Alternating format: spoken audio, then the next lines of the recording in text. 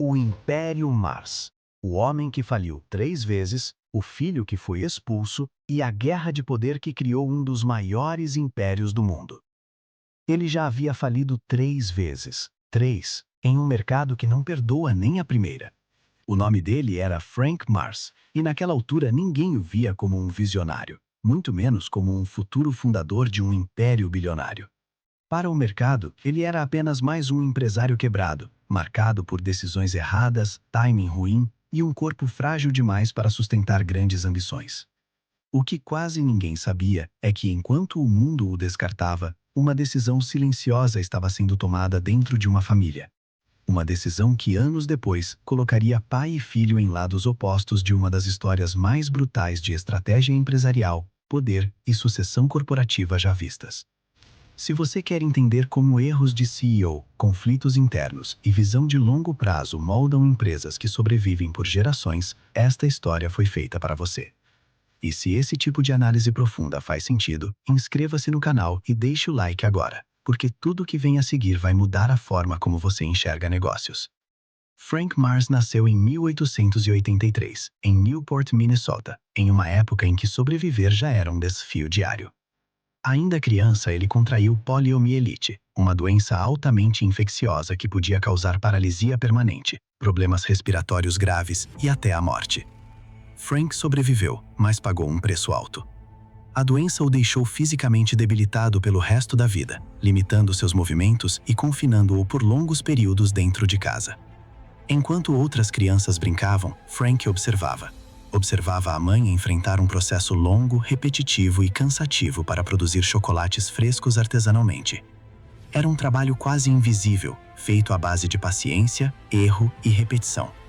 Sem perceber, Frank estava aprendendo ali sua primeira grande lição de negócios. Produto bom nasce do detalhe e da insistência. Aquele contato diário com o chocolate não era apenas passatempo, era formação. Frank começou a experimentar por conta própria, testando receitas, entendendo texturas, sabores e conservação. Ainda no ensino médio, percebeu algo simples, mas poderoso: havia demanda. Ele passou a vender doces em grandes quantidades para lojas da região de Minneapolis e St. Paul, construindo um negócio que, para os padrões da época, era lucrativo. Para um jovem com limitações físicas, aquilo significava independência, identidade e propósito. A vida parecia finalmente entrar nos trilhos quando Frank se casou com Ethel e teve seu primeiro filho, Forrest Mars. Para alguém que havia crescido cercado de fragilidade, aquela família representava a estabilidade. Mas o mercado não se importa com estabilidade emocional, ele responde apenas à competição. A chegada do Hershey Bar mudou completamente o jogo. O chocolate deixou de ser um produto artesanal valorizado pela qualidade e passou a ser um item industrial, produzido em massa, com escala agressiva e preços cada vez mais baixos. O mercado ficou saturado. Novas empresas surgiam diariamente, margens evaporavam e a diferenciação praticamente desapareceu. Frank insistiu no modelo errado pelo tempo errado. O resultado foi inevitável. Primeira falência. Não foi apenas uma quebra financeira, foi uma quebra pessoal. Incapaz de sustentar a família, Frank viu Ethel deixá-lo. Forrest, ainda criança, foi enviado para viver com os avós no Canadá. Aquela separação silenciosa criou uma ferida profunda. Pai e filho cresceriam como estranhos. Tentando escapar do estigma do fracasso, Frank se mudou para Seattle, abriu um novo negócio e se casou novamente. Mas o padrão se repetiu. Falta de capital, mercado competitivo, decisões tardias. Segunda falência. Sem alternativas, ele dirigiu até Tacoma, decidido a aprender com os próprios erros. Pela primeira vez, abandonou o atacado e passou a produzir doces por conta própria. Da cozinha de casa, começou a fabricar buttercreams, chocolates simples, artesanais, suficientes para sobreviver, mas insuficientes para crescer. Uma empresa local, Brown & Haley, dominava o mercado, com estrutura, distribuição e marca. Competir com eles era como lutar contra um gigante usando as mãos vazias. Anos depois, o desfecho foi previsível. Terceira falência. Para o mercado, Frank Mars estava acabado. Foi então que ele voltou para Minnesota com apenas $400 no bolso, decidido a escapar do que chamou de a maldição do Noroeste. Em um pequeno apartamento de um quarto, começou tudo novamente. Produzia chocolates todos os dias às 3 da manhã, para que sua esposa pudesse vendê-los frescos. Foi nesse período que criou o Mar ou Bar, uma mistura de chocolate, nozes e caramelo. Não era revolucionário, mas funcionava. Lentamente voltaram a se sustentar. Compraram uma casa, Frank, mais uma vez, sobrevivia. Enquanto isso, Forrest Mars, agora adulto, estudava engenharia industrial, primeiro em Berkeley, depois em Yale. Durante as férias, Forrest trabalhou como vendedor itinerante. Em uma noite em Chicago, acabou preso por colar cartazes ilegalmente em postes e vitrines. Foi o pai quem o resgatou. Depois de anos sem contato real, os dois se sentaram juntos em uma simples lanchonete. Ali, em meio a um silêncio carregado, Forrest fez uma observação que mudaria tudo. Olhando para um chocolate maltado derretido, perguntou por que aquilo não poderia virar uma barra sólida.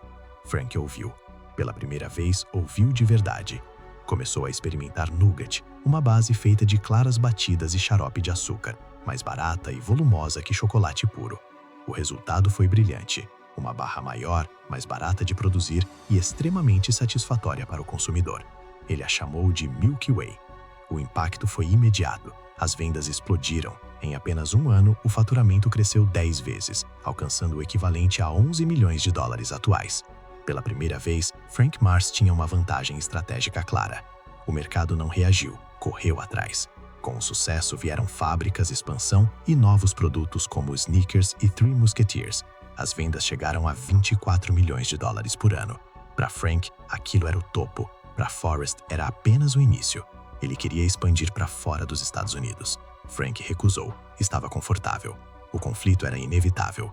O acordo foi frio. 50 mil dólares em dinheiro e os direitos internacionais do Milky Way. Frank foi direto. A empresa não era grande o suficiente para os dois. Forrest partiu. Primeiro para a Suíça, depois para a Inglaterra. Trabalhando como operário em linhas de produção da Nestlé e da Topler, aprendendo padrões europeus de qualidade. Viveu em apartamentos minúsculos, testou produtos que fracassaram, persistiu, até criar o Mars Bar, que superou o Milky Way na Europa. Depois vieram os M&M's, criados a partir da observação de soldados espanhóis comendo chocolate revestido de açúcar para não derreter. Uma ideia simples, um impacto global. Frank Mars morreu cedo, aos 50 anos, sem ver o tamanho do império que ajudou a iniciar. A empresa entrou em disputas internas, queda de qualidade e decisões ruins. Forrest, agora bilionário com sua própria empresa, observava de longe, até decidir agir.